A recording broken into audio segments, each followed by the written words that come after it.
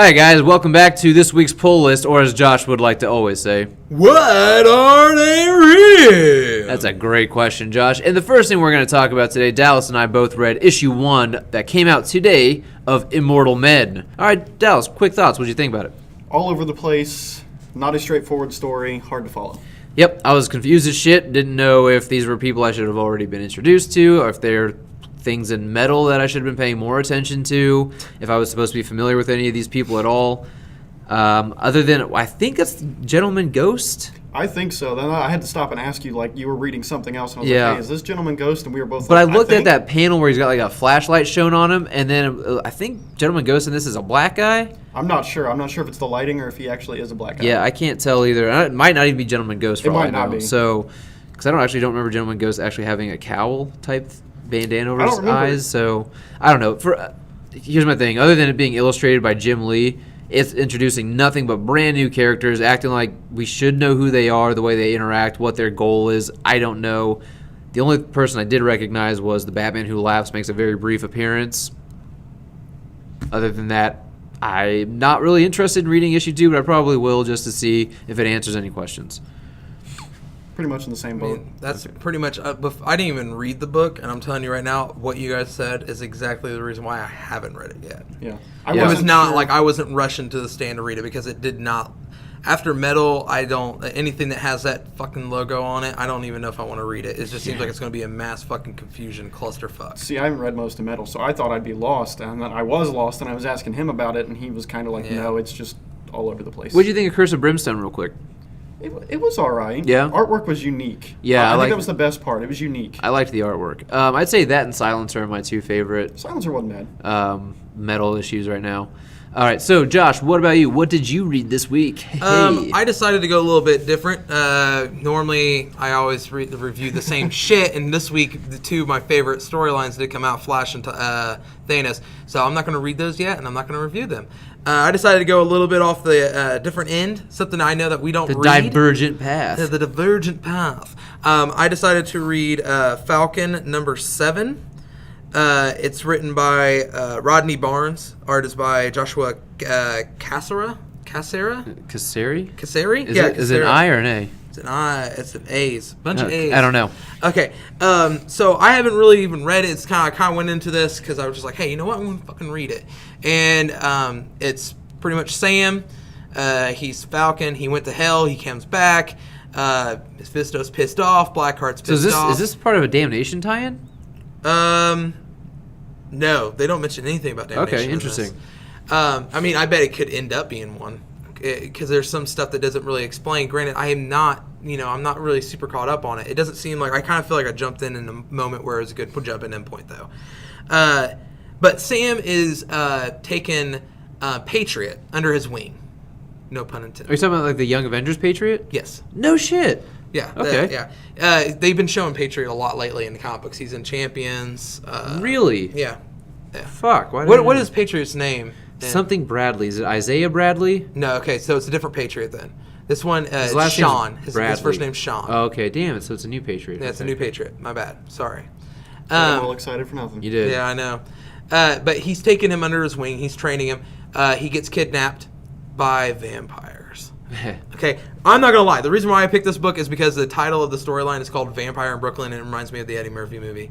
But Sam is going after trying to find Sam. Sam is trying to find Sean, and Misty Knight is kind of like this new fling thing going on there, which is kind of Dude, this nice. dude's getting around. He was just Yeah. banging Jane Foster Thor before she died. Which is a kind of is it a downgrade? Like you're banging he was a technically potential like technically a like god. a false god, and then now you're just banging a girl with a metal arm. I mean, you're legitimately you went from Steve Rogers to Bucky, and like, it's like, but that's almost too weird of a coincidence. yeah, I know, right?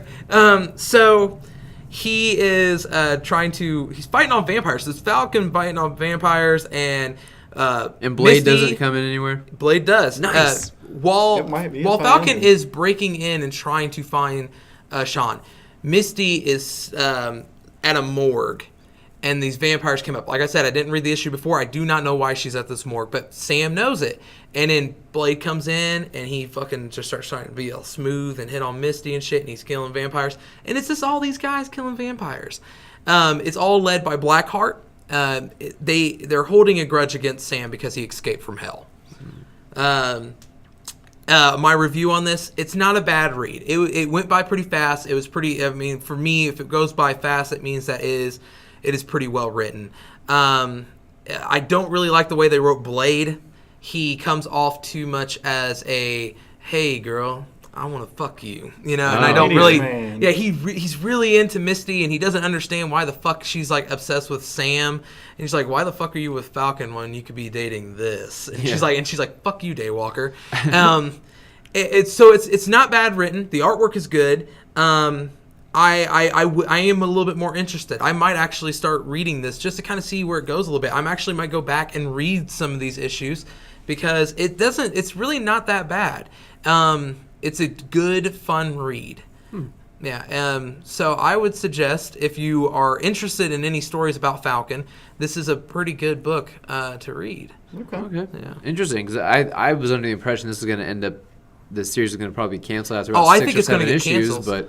But I mean, I can see it getting canceled because I can see where people wouldn't pick it up to read. It would not be a book that I would come into a comic book shop and it'd be the first thing that I'm like, oh, sweet, Falcon's out. Like, it's not going to be the top book on my list. I'll say Sam Wilson, but Captain getting America, a trade of it didn't sell well either. Yeah, and I can see where this wouldn't either, but it's not bad. Okay. I could see reading it. Would I buy the single issues? No. Would I go out and make sure I had all the trades in my collection? Probably not. But would I sit down and read it? Yes. I would read this a million times over and over and over and over again compared to ever having to look at another page in the fucking Metal series. Okay. I knew that was coming. All right. So it's a recommendation on your part. I would say if you're interested in Falcon, pick it up. It's a good introduction. This is a pretty good this storyline seems like it would be a good introduction. It's a part for someone 1, right? This right here, no, the issue before it is. Okay. Which I started reading that. I didn't get to finish it yet. But I would say it was mostly just kind of wanting to see how they wrote Falcon. And I think if you're a person who goes and watch the Avengers movies and you're interested in Falcon, there is a mini-series that I personally like that came out back in the 90s. It's not that bad. But this right here would be a very good introduction to the character if he was wanting to read comic book storyline. Okay. So recommending on Josh's part then. Yes. All right. I would not recommend Immortal Man #1. I forgot to say that. How would you recommend Immortal Man #1 yet? All right. So what was the next issue you want to talk about, Dallas? Next issue I wanted to talk about, another fun one. It's not deep, nothing, super deep plot or anything. It's pretty straightforward and simple. It's The Punisher 223. Came out, was it last week? Yes. Yep. Last week.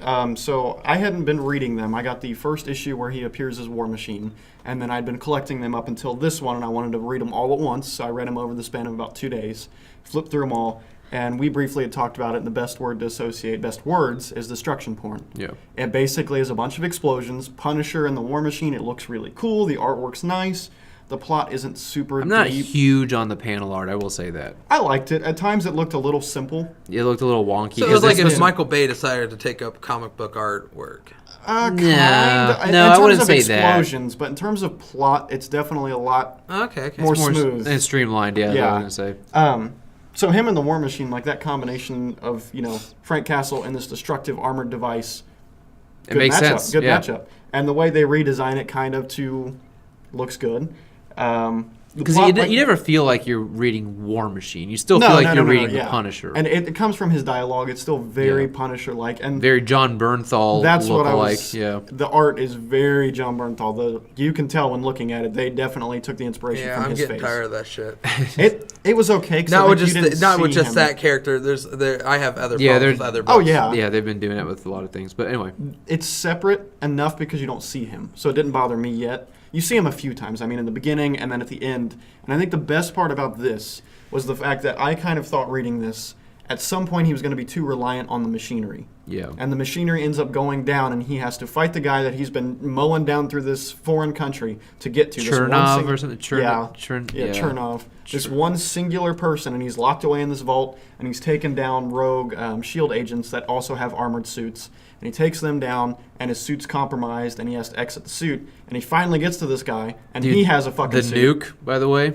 The nuke. With the nuke, that was awesome. That was good. Yeah. He had to take this dude down, no armor. So he goes and he hides, and there's some dialogue like, "Oh, of course you fight through everybody now that you don't have the suit." Typical American. Basically, like you don't have your suit and your Is that armor. nuke that does that? No, not Okay, not so an actual why is he nuke. doing okay. A nuclear like explosion. Oh, okay. I'm sitting here thinking Yeah. like nuke, and I'm like imagining dude with American flag paint on. No. Is it you got the puny American? No. And he fights him, and he has just his blade on him. If I'm Yeah, he's just got a knife. Just a knife. And he's talking about it, and he's basically like, the good thing about me being in the suit is I know where its weak points are. And he's just like cutting every weak point and going at it, and you think this dude's going to annihilate him, and he's just cutting off his hand, cutting Literally his eye. cuts his fucking hand off and stabs him in the eye socket through the fucking armor. Damn. It was nice. It was a badass. nice tie-up. I think this is the last one of this current run, I think. But they leave it open-ended because Carol Danvers makes an appearance at the end of it. And she's My girl. asking My Nick girl. Fury where he is. So I don't know if she's going to go look for him. I don't think coming this up. is the end of the Punisher series, but this is the end of this little mini arc. That War Machine. That's what I meant. Yeah. I'm not sure if she's going to go hunt him down or not because the way they left it, it's very open-ended. She was asking where he is, and he's like, I don't know. Yeah. And by the way, just so you know, Nick Fury's the one that sent him on this mission, so he had some association with S.H.I.E.L.D., kind of. But Well, he's the one who also gave him the armor. right. Yeah, I read And- that issue. And the way it ends is, well, the last panel, he's in the suit again, and it just ends. So you don't know where he's at, what he's doing. So I don't know if he's going to have the suit. I would assume so. I don't know. I'm going to definitely read a few more to see.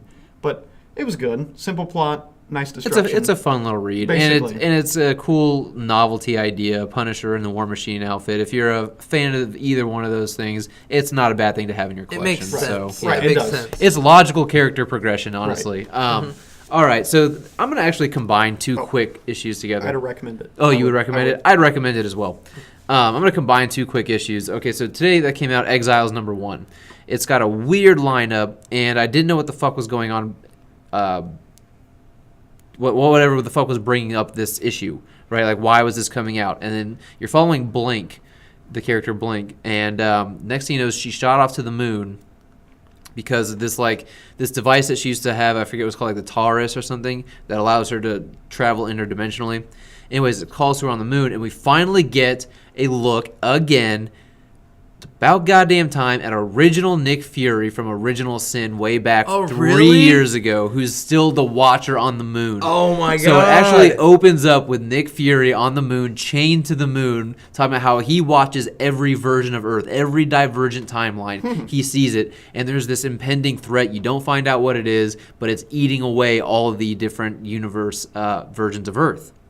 And so Blink is going, she takes this Taurus thing, but she can't really control it, so it's teleporting her to different universes. So the first one she goes to is she finds like an old 50s Kamala Khan who's now like leading this resistance. Next thing you know is the Taurus just like straight up, she's just like, the Blink's just like, I think this thing is telling me to assemble a team. I don't know. Next thing you know is they both go to a different universe, come across, Nathan Richards, who actually, if you guys know, is Kang, the Conqueror. Yeah. And you come across him in the Iron Patriot suit. Now, if you know me, I'm a big Young Avengers fan, so that's actually what made me want to read this, is just seeing him on the cover. Anyway, come across him, and he's just gotten his suit from the older Kang and everything. And they have a little discussion, and bam, they go to the next universe. They find out what it is that's eating the universes. I won't spoil it for anybody, but it was interesting enough. They didn't assemble the entire team that they show on the cover, so that's got me curious about it. But again, Valkyrie looks like Tessa Thompson from Thor Ragnarok, so kind of a point against it there. They've also got like Kid Universe Wolverine on there, which honestly, morbid curiosity. I want to see how the fuck that happened, and I want to see that universe. But the best part to me was seeing Nick Fury on the moon. I'm glad that's still part of this universe, and it was fucking rad to see it. I'm gonna have to check that out. If you're a fan of Original Sin, of original Nick Fury, if you're a fan of maybe Blink or the Young Avengers, it's at least I would recommend reading it just as a curiosity thing. So it's more like It's like, hey, so we know y'all are fans about certain things, so we're just going to throw it all in together. Yeah, I'm curious to see the way it's going to all tie together. Because, like, for me, I'm just sitting here and I'm listening to it, and the whole thing, I'm just like, it sounds stupid. That sounds stupid. That sounds stupid. What, Nick Fury? Yeah, like I'm like that gets me that really was the fucking amped. Big hook for me. I don't like the redesign of the character of Blink, the look of her. Okay, so real quick then, I also want to talk about Xmen Blue number 25, I believe. Mm-hmm. And what's going on here is basically all the way leading up to this. Now, the original X-Men characters are lost in space after the whole Venom thing. So now you're really focused on Magneto, Polaris, Jimmy Hudson, who is like Wolverine's son in a different universe kind of thing. And the main focus on this one is those Magneto. And there's this like this group, this extremist group led by Havoc, Emma Stone, and Bastion, who's like a human-sized Sentinel. Yeah. And and Miss Sinister. So what they're doing is they're trying to... Emma Stone, the actress? Oh, shit, Emma Frost. I was like...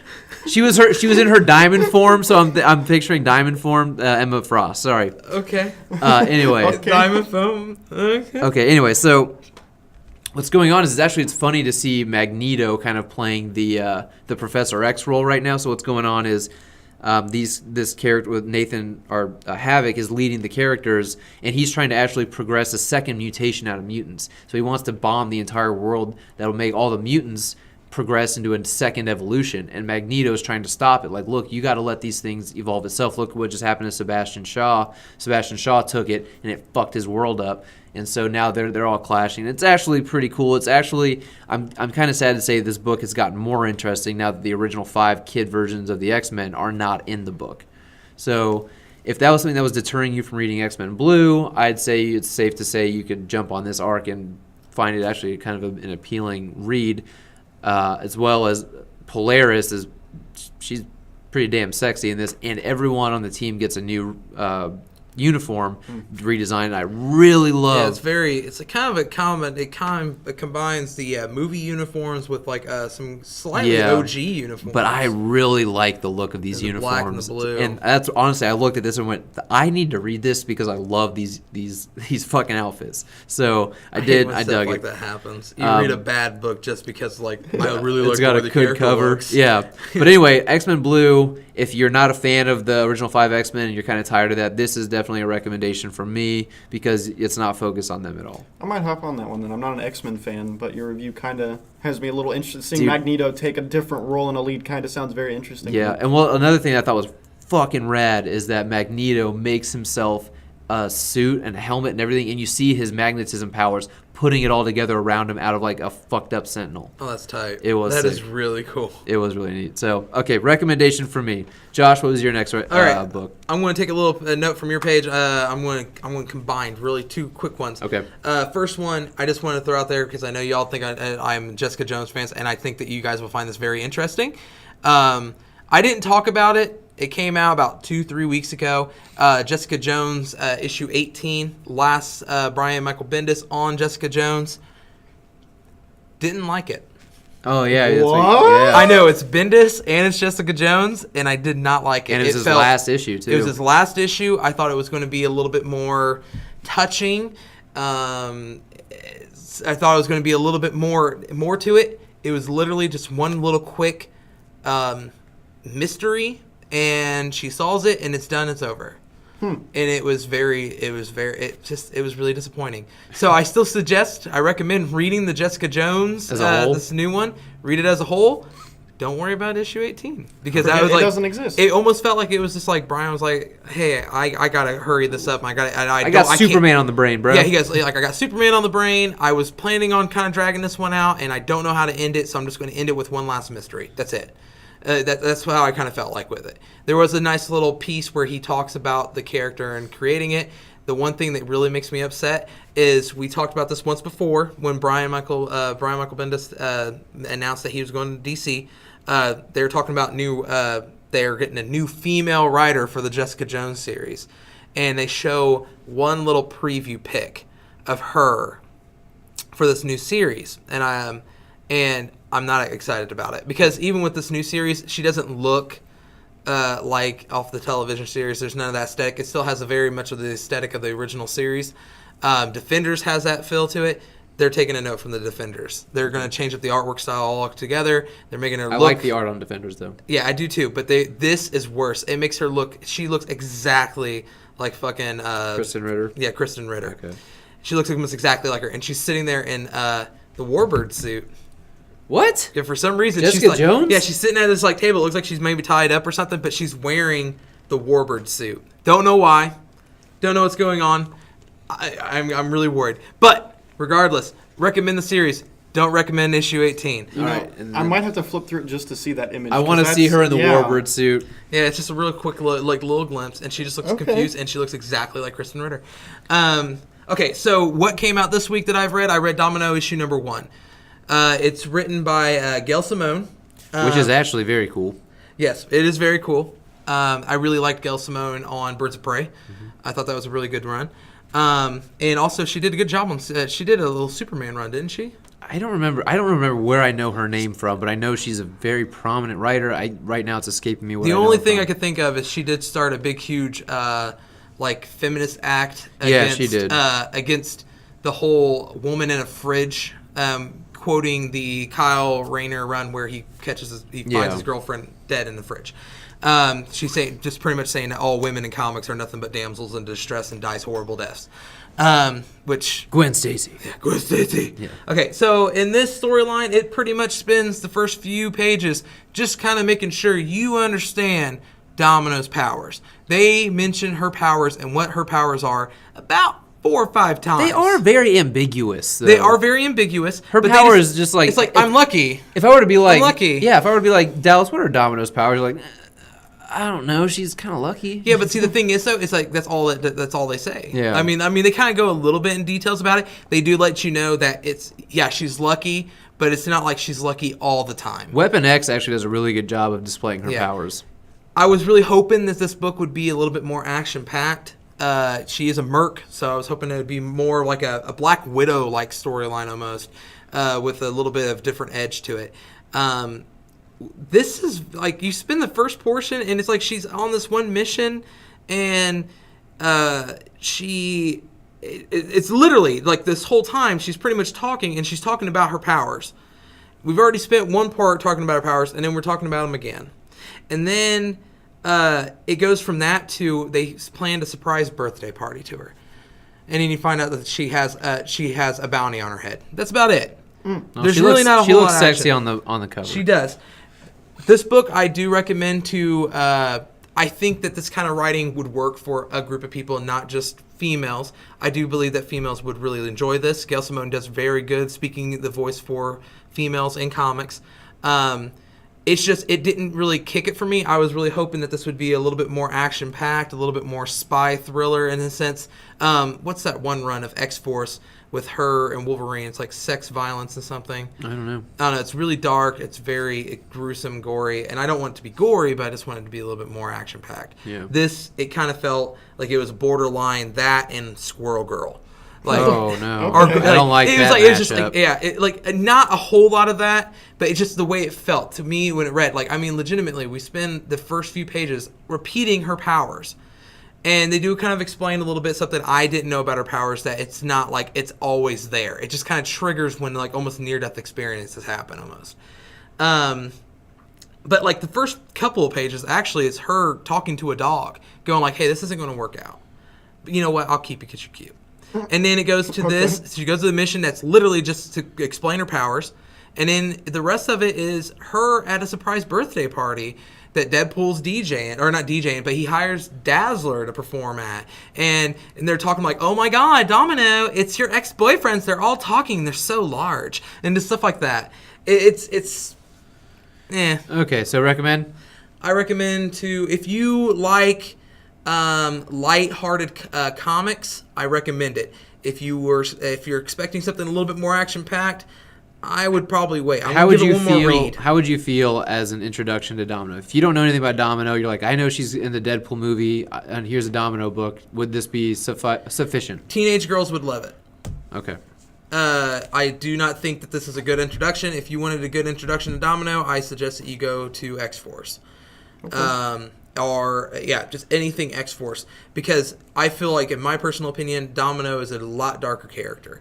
And she's supposed to be more like Black Widow, and this she's more like, just like one of the other girls, All right. Well, that doesn't have me excited for it. No, not at all. You guys are like, yeah. I think I'll skip that one. I'm sure I'll read it at some point tomorrow. Dallas, what is your next one? Briefly touching on one, and then I'll go into depth on this one.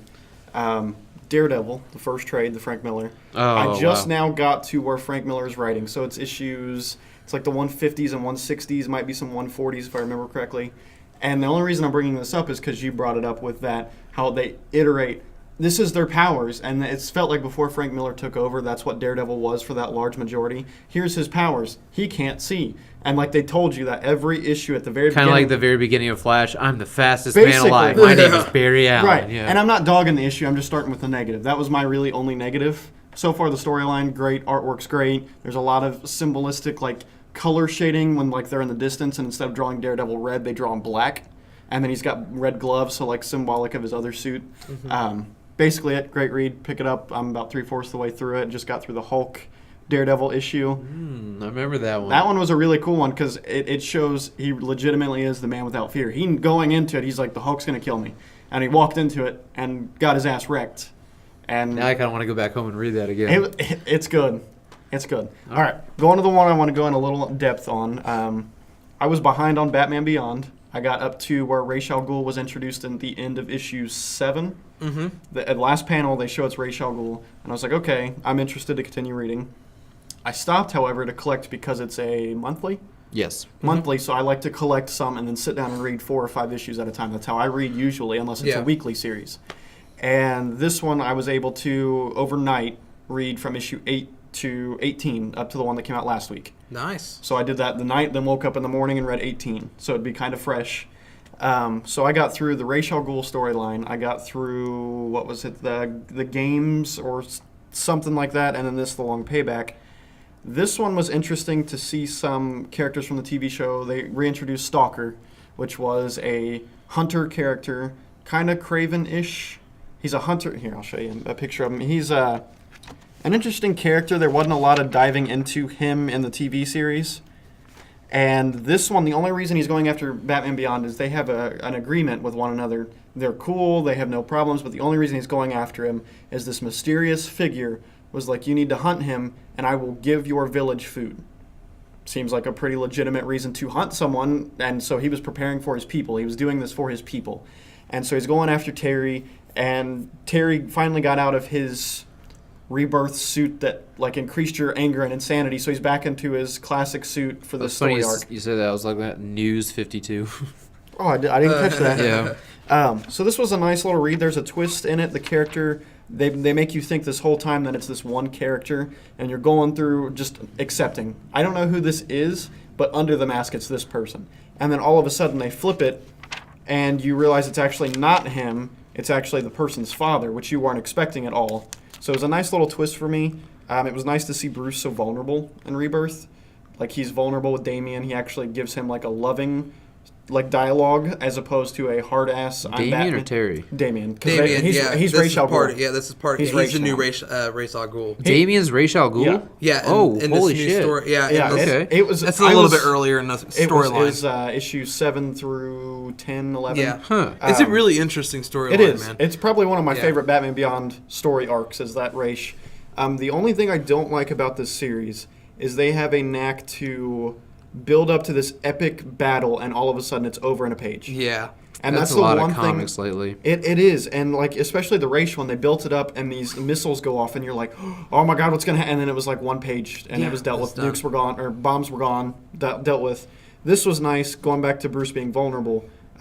Terry was on this mountain with Damian, and Bruce knew damn well that Damian was going to kick his ass. Yeah. So he goes up there being old and,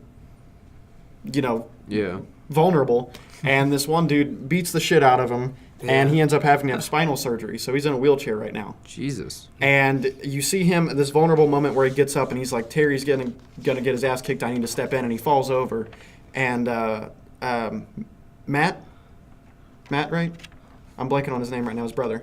Matt Yeah, I think McGinnis? it's Matt. Yeah. Matt McGinnis, he's there. He's kind of joined the team with Max. So they're kind of the Oracle Robin buildup is what they were kind of leading towards. Yeah. And Matt at the very end, he breaks into Damien's glass case for his outfit and takes some supplies and heads off to go save Terry. And it ends with him on the Robin cycle. So He's it's the new futuristic. Carrie Kelly. Basically. Yeah. It Well, ends the last page is him on the Yeah. Robin cycle I up in the dig air. it too, because he's wearing just his basic clothes, Right. like a hoodie, what a little kid would be wearing. But then he's also wearing the Robin gloves, the Domino utility mask. belt, and then the mask. Right. And it just So- looks really it looks pretty cool. I mean, like if I was going to be if I was going to I want to be Robin, like that's kind of like what I would wear.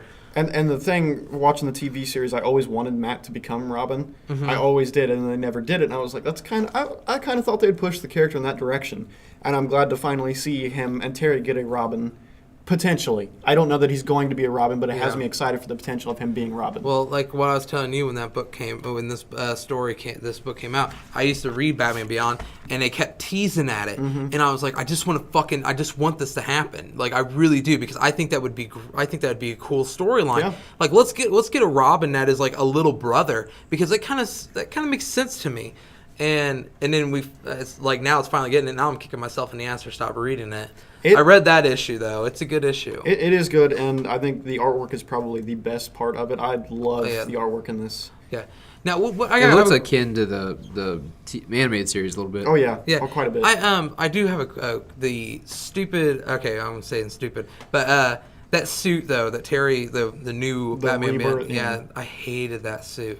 I- The one that like supposed to make him stronger and stuff, and it manipulates his personality. You find out that Damien used to rock it there for a little Right. bit. It was actually a suit that was made for Damien, right? Right. Oh, that's cool. Yeah. Yeah. And then you find out, and that's what he's trying to fight Damien in, and like Damien Terry's wearing it. Yeah, Yeah, Terry's well, wearing yeah, it. yeah. But Damien's like the new race. He's fighting him, but he already knows how the fucking suit works. He already knows like how it's going to be reacting to him and Punisher versus the everything. dude in the suit. Yep, Yeah. that's literally what I thought of Yeah. while I was reading it, because I read The Punisher first. Yeah. Man, but that little run right there, though, that's a great little I run. might have to check that out. I think that's one of my favorite Batman Beyond runs, is that Ra's coming back storyline with Damien, because yeah. the twist, because you don't know who it is because they introduce it as Ra's, and then you find out later when Terry goes to Legion or the League of Shadows headquarters where it's at now. I forget where they put it. Yeah. It's like some Arctic area, but it was nice. The artwork's fantastic. The writing's great. I can hear it just Dan like I would Jurgens on is the writing it. right. Okay. I can hear it just like you would on the TV series. I can hear every character's voice. They would say those things. It lines up perfectly. Like I said, my only complaint is how quickly the conflict is resolved at the very end. See, it's nice too because previous Batman Beyond storylines, they just never did anything for me. They're okay. I stopped reading. Like I said, I stopped reading this because I was reading too much, and this was the one that I decided to take back because I didn't think it was ever going to entertain me where I wanted it to. But this, I will say, the Rebirth Batman Beyond is probably, I would say, is the best out of all the comic book storylines. It's interesting. I can't think of any other comic book storylines, but I haven't read a whole lot of the Batman Beyonds. I've read bits and pieces of each run, Right. before 52 and then 52. I think the only one I'd put in contention for better, because I do really, really like the Rebirth. I really do Yeah. so far. Is the Batman Beyond Hush storyline that they did, the Hush Beyond. The Hush I comes think back. I actually have that here too. I don't It's think good. I've read that. It's good. Okay. Well, recommend then. Oh yeah. All right. The last thing I'm going to talk about before we head out of here is, I don't know if you guys know this, a little character by the name of Captain America hit Who? its. He's this like white supremacy dude. Oh God. yeah. Another one. Yep. No, Captain Trump? America. Yeah, is Donald Trump in spandex. Oh, yeah. Ugly Make sight. Captain That's a America good great side. again. That's Ugly a sight. fantastic one. But no, Captain America hit its 700th issue. So Good job. Good job. yeah, that's a huge milestone for any comic book to hit. And so Oh, yeah. I've actually been reading the Wade and Samney run because I actually love when Wade and Samney team up on Daredevil. I heard they had a great Black Widow that I need to read. Yes. Yeah. And now they're here on Captain America. And the series started out great. I loved the first issue with Wade and Samney. And then after like the third issue into their run, I was like, oh, this is starting to lose me. But then I saw what they were setting up to, and everything comes to a head in this last issue. So what happens is basically Captain America, he goes on this mission, and these guys basically freeze him in ice again. And then what they do is they literally just nuke the fuck out of the entire America, all of America. And what they do is they keep Captain America as a trophy in this block of ice to show, like, basically as a symbol of America. Like, yeah, look what we did to your symbolic Captain, whatever. Or Capsicle. Anyway, so yeah, when he gets thawed out by like this, he goes and helps this resistance, and he helps the resistance. You find out a couple people are still alive. Bruce Banner's still alive. Ben Grimm's still alive, and they just fucked up Ben Grimm a lot. It's actually kind of sad. Anyway, so Cap is now leading the resistance. He's going all over the country, helping them, and he overthrows this guy Babington, who is the guy who started it all. And so he overthrows him, and he's going over all through the United States trying to put out these little fires and help people get back up, too, because they're all living in, like, Terminator Salvation poverty type thing, And but as he's doing this, he's realizing he can't be everywhere at once. And he's like, I didn't want this job. People pushed me into it. He elected. I'm just trying to do the best that I can. And so he's going and helping this one city out. And the next thing he knows, he sees this giant explosion. And he's like, fuck, I can't do this anymore. Like, I'm getting nowhere. And so Bruce comes up. He's like, look, man, I basically duct tape and super glued this thing together, but this thing should be able to send you back in time right before you were frozen, and you can do this all over again, and you can stop this from happening. And Cap's like, look, no, I'm already here. I'm not going to deal in hypotheticals. I'm not going to go back and maybe possibly create a divergent timeline. I'm here. I'm going to do it now. And then he keeps going, realizes after a while, like, I can't. Okay, you know what? Fine. Let's give it a shot. So he gets sent back to about an hour before he was frozen in ice, and he goes and does everything back, and the whole time it's being counted down in the panels, like how much time he's got left until he's supposed to be frozen in ice again. And he misses his opportunity. His past self gets frozen in ice again while he's still there. So like there's the version of Cap that's frozen, and here's Cap still in the same timeline that just came back from the future.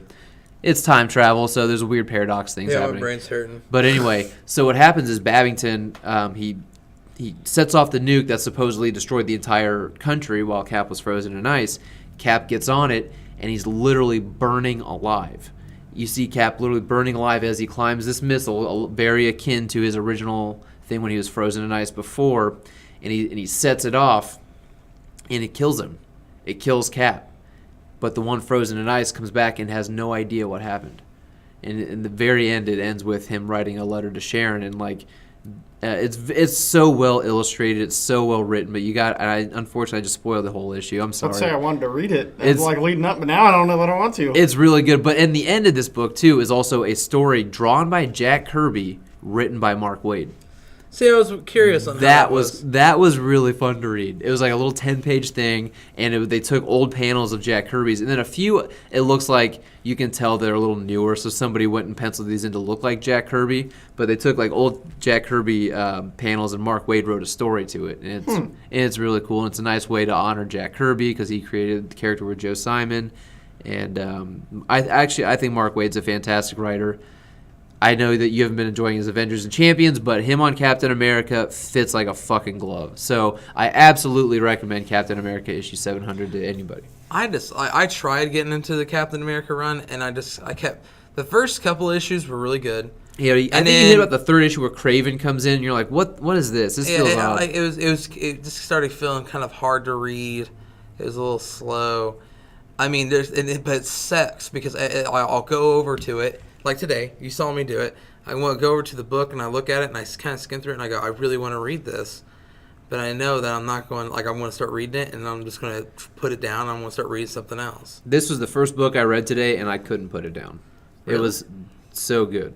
So I would recommend this. I would actually, now looking back, I'd recommend the whole run. There's about one issue with when Kraven's first introduced. You're like, this is not what you started with, but then it all comes back. So. Definitely recommend. And do you guys have anything else you want to talk about before we head out of here? I'm good. Josh? I'm good. All right, guys. That is all we have for you this week on What Are They Reading? We appreciate you guys listening this far. If you like it, share it with your friends who also read comic books. Let us know what you're reading down below. And, of course, if you haven't already, hit that subscribe button. Hit that little bell notification. Ding! Well, one of them did it. Per YouTube's algorithm, it actually helps the channel a little bit. So, guys, we appreciate you listening, and thank you, and we will see you next week. Take care.